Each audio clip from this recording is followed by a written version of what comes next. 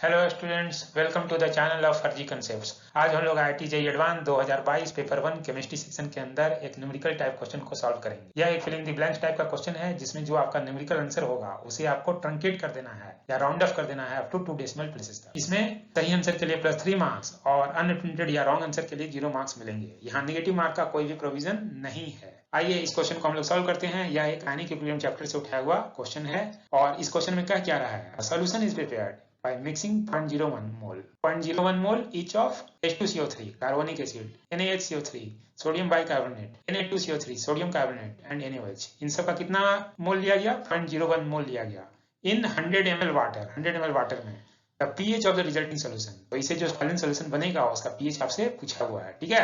pH का value ये आपको फाइंड करना है और इसमें आपको डाटा क्या दिया हुआ है कि pK1 and pK2 of carbonic acid. Carbonic acid मतलब H2CO3 का pK1 का वैल्यू 6.37, pK2 का वैल्यू 10.32 और log 2 का वैल्यू दिया हुआ है, ठीक है। तो आइए इस क्वेश्चन को हम लोग स्टेप बाय सॉल्व। इसमें आपको 4 साल्ट ऐड किया गया है ना, यहाँ पर carbonic acid, sodium bicarbonate, Na2CO3 और NaOH सबका कितना ऐड किया गया? 0.01 मोल ऐड किया गया और इसे मिक्स कर दिया गया है और फाइनल सोल्यूशन जो बनाया है वो कितना बनाया है? 100 ml सोल्यूशन आपको बना दिया गया, ठीक है। यहाँ पर जो डाटा है इसमें हम देख रहे हैं क्या है, यह एक NaOH क्या है? स्ट्रॉन्ग बेस है और यह क्या है? एसिड है। तो जब आप सोल्यूशन में डालेंगे तो यहाँ क्या हो जाएगा? पहले तो एसिड बेस रिएक्शन हो जाएगा। तो ये स्ट्रॉन्ग बेस कौन से एसिड को न्यूट्रलाइज करेगा? तो यहाँ कार्बोनिक एसिड ही क्या है? सबसे स्ट्रॉन्ग एसिड को है। और यहाँ सोडियम बाइकार्बोनेट एम्फोटेरिक है, इसको भी न्यूट्रलाइज कर सकता था, लेकिन पहला जो रिएक्शन होगा वो किसके साथ होगा? वो कार्बोनिक एसिड के साथ ही होगा, ठीक है। NaOH का कार्बोनिक एसिड के साथ रिएक्शन होगा। तो यहाँ पर क्या है? एसिड बेस रिएक्शन होगा और यह नेट रिएक्शन क्या होगा? फॉरवर्ड डायरेक्शन में जाएगा। तो इनिशियल में आपको 0.01 मोल है और NaHCO3 इस रिएक्शन से अभी नहीं बना है, बाहर से आपने ऐड किया है लेकिन इस रिएक्शन से NaHCO3 पहले नहीं बना है। तो इनिशियल कंडीशन में आपका ये कंडीशन आप लिख सकते हैं।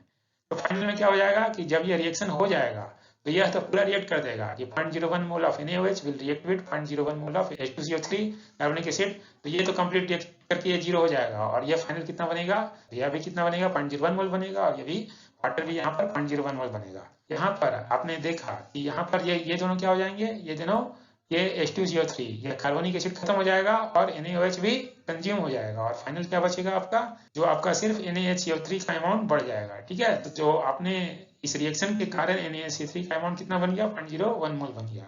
तो इससे इसमें जो आपको 4 डाटा दिए हुए हैं इसमें क्या होगा? कार्बोनिक एसिड और NaOH दोनों कंज्यूम हो गए हैं और इसके बेस पर एडिशनल पार्ट क्या आया? एडिशनल पार्ट NaHCO3 आया है कि अच्छा ये दोनों क्या आपस में रिएक्ट करेंगे? ये दोनों अगर आपस में रिएक्ट करें, सोडियम बाइकार्बोनेट और NaCO3 अगर ये इक्विलिब्रियम में जाएं तो क्या होगा? यह एसिड का काम करेगा और ये बेस का काम करेगा। तो यहाँ पर बाइकार्बोनेट आयन क्या करेगा? बाइकार्बोनेट अपना H+ लूज करके कार्बोनेट बनेगा और ये कार्बोनेट H+ गेन करके सोडियम बाइकार्बोनेट बनेगा। तो यहाँ जो रिएक्टेंट साइड में जो आपका जो रिएजेंट है वही क्या है? प्रोडक्ट साइड में भी है। तो यहाँ पर नेट रिएक्शन जो है वो कुछ भी नहीं हो पाएगा, पर वही कार्बोनेट और बाइकार्बोनेट का मैंने ये रिएक्शन दिया है, दोनों साइड में नेट है तो यहाँ पर नेट कोई इफेक्ट नहीं पड़ेगा, ठीक है। तो हमारा जो फाइनल सोल्यूशन बचेगा ना, फाइनल सोल्यूशन जो रहेगा उसमें सिर्फ यही 2 कंपोनेंट रहेंगे, ठीक है। और इन ये दोनों आपस में रिएक्ट करने पर भी किसी का कंजम्पशन आपस में चेंज नहीं होगा, ठीक है। इसलिए हमारा जो फाइनल जो नेट सोल्यूशन हो जाएगा उसमें क्या हो जाएगा?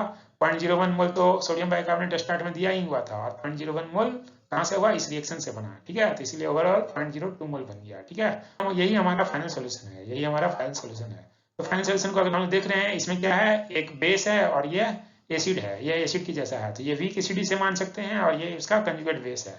तो जब भी वीक एसिड और कंजुगेट बेस का इक्विलिब्रियम जब एस्टैब्लिश होगा ये dissociation equilibrium of weak acid लिखेंगे, ठीक है। तो यहाँ पर वीक एसिड है जो वाटर में डिसोसिएट होकर H+ आयन दे रहा है और ये कंजुगेट बेस बन रहा है। तो यहाँ जो वीक एसिड हमारा क्या था? वो बाइकार्बोनेट आयन ही वीक एसिड है और उसका जो कंजुगेट बेस है वो क्या है? कार्बोनेट आयन है।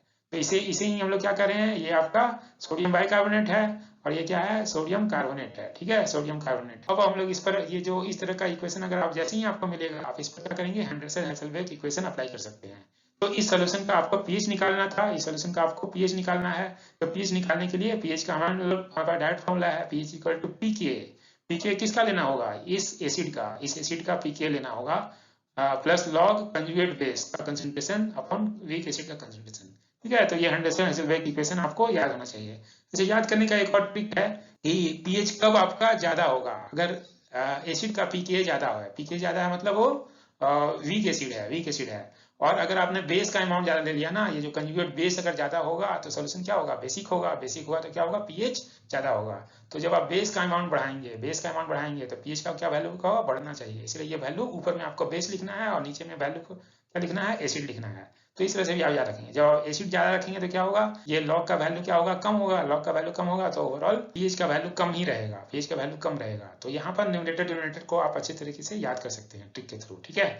अब आइए इस पर हम लोग अपने इक्वेशन पर ये अप्लाई करेंगे। पीएच इक्वल टू पीके किसका लिखना था, क्योंकि हमारा जो यहाँ वीक एसिड है वो क्या है, सोडियम बाइकार्बोनेट है, इसलिए हमें इसका पीके चाहिए, ठीक है। और यहाँ पर हमारा कंजुगेट बेस तो सोडियम कार्बोनेट है और ये सोडियम बाइकार्बोनेट है। अब हम लोग आगे स्टेप में क्या करेंगे, ये जो सोडियम बाइकार्बोनेट का पीके वैल्यू आपको नहीं दिया हुआ है, ठीक है।